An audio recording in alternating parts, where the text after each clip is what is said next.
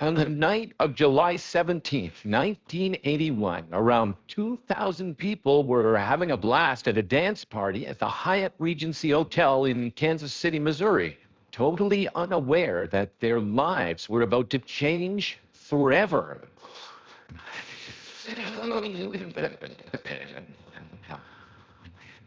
According to survivors, the most terrifying moment of this nightmare experience was the 2 seconds after the two atrium skywalks fell on the crowd. Then all chaos broke loose. Hundreds of people were crushed under more than 70 tons of concrete, steel, and glass, shattering the lives of countless families in a tragedy that Kansas City will never forget. But for survivors and rescuers, the nightmare had just begun. How many people were trapped under the debris? Why were rescuers deeply traumatized during the operation? And who was responsible for this outrageous tragedy? In 1978, Kansas City was buzzing with excitement as they broke ground for construction of the new Hyatt Regency Hotel. The hope was that it would bring a wellspring of new jobs and tourism to the city. 2 years later, the skyline was transformed by the 40-story modern and elegant hotel. But it was the bold architecture in the lobby that would etch the building's name into the history books. Three massive 40-meter skywalks connected both sides of the hotel, leaving visitors in awe. The Hyatt Regency opened its doors in 1980, and by the summer of 1981, it was packed with guests. The hotel hosted dance parties on Friday evenings and invited the community to enjoy the landmark building. The parties were a huge success, drawing massive crowds every week, more than what the hotel was designed to handle. A series of structural flaws had been overlooked during construction, which happened on a very tight deadline. We'll dive deeper into that later, but first, let's explore how the victims managed to survive this harrowing ordeal. Around 7 p.m., the energy was electric. The band was performing tunes from the big band era. Hundreds of couples were tearing up the dance floor while dozens more looked on from the skywalks. A news crew was there that night to capture the popular social event. As they filmed the dancers, two loud bangs echoed throughout the atrium. Seconds later, two of the skywalks in the lobby collapsed over the crowd. As survivors attempted to flee, they began to realize the gravity of the tragedy.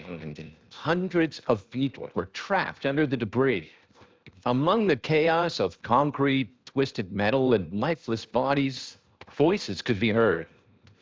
Those who could still walk tried to help, but the debris was too heavy for them to rescue the trapped guests. In desperation, a survivor called 911. Dozens of survivors were in excruciating pain, some pinned beneath the bodies of their loved ones. Just when people thought things couldn't get any worse, the nightmare escalated. When the skywalks collapsed, they ruptured water lines, causing the atrium to flood. Trapped victims now faced an even bigger risk: drowning. Medical responders realized the situation was dire.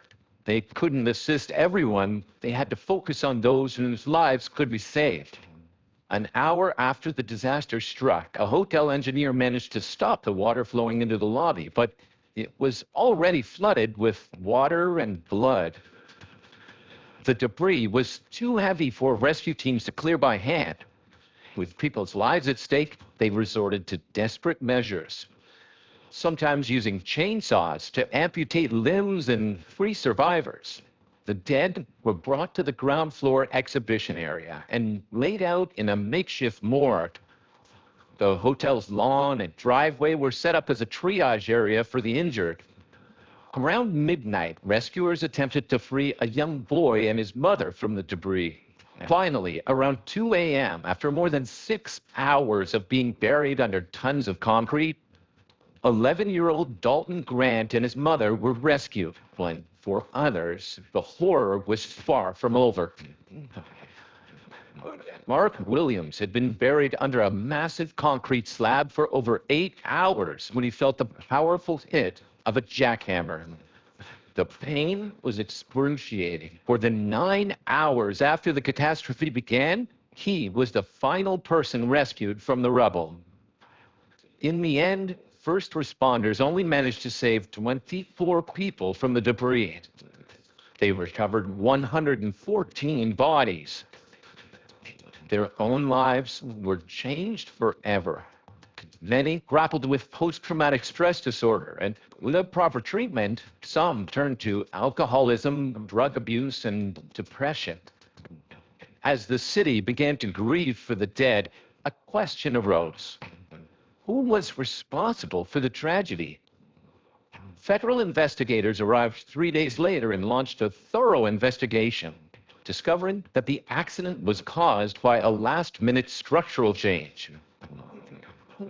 Instead of suspending all 3 skywalks from the roof independently for maximum support, the engineers revised the plan to have the second-floor skywalk hanging from the fourth-floor skywalk. They wanted a clean look, as if the skywalks were floating in the air. But with all the weight of 2 skywalks being held up by 3 thin pairs of rods bolted to the roof, it was a disaster waiting to happen. With an unreasonably tight deadline, construction was fast-tracked to completion. The Hyatt even had a partial roof collapse during the build. Investigators found that the skywalks couldn't even support 1/3 of the weight they were holding that night. Architect Jack D. Gillum and head engineer Dan Duncan, responsible for the design flaw, had their licenses revoked, but were never criminally charged. The Hyatt Regency paid approximately $140 million in reparations to the victims. But according to sources close to Hallmark, the company that owned the hotel, the total cost of the settlements and litigation was around $4.5 billion. One positive outcome of the tragedy is that authorities implemented stricter inspections and construction guidelines. It also changed the way first responders approach tragedy. Now, after operations like this one, counseling is mandatory for first responders to help them cope with PTSD. In 2015, 34 years after the disaster, survivors built a memorial to honor the victims of this tragedy. Unfortunately, this isn't the only tragedy caused by a simple oversight. In 1995, an American Airlines plane crashed into the Andes Mountains due to a basic mistake made by the pilots. Only 4 people survived, but they had a bigger struggle ahead: the unforgiving weather of the mountains.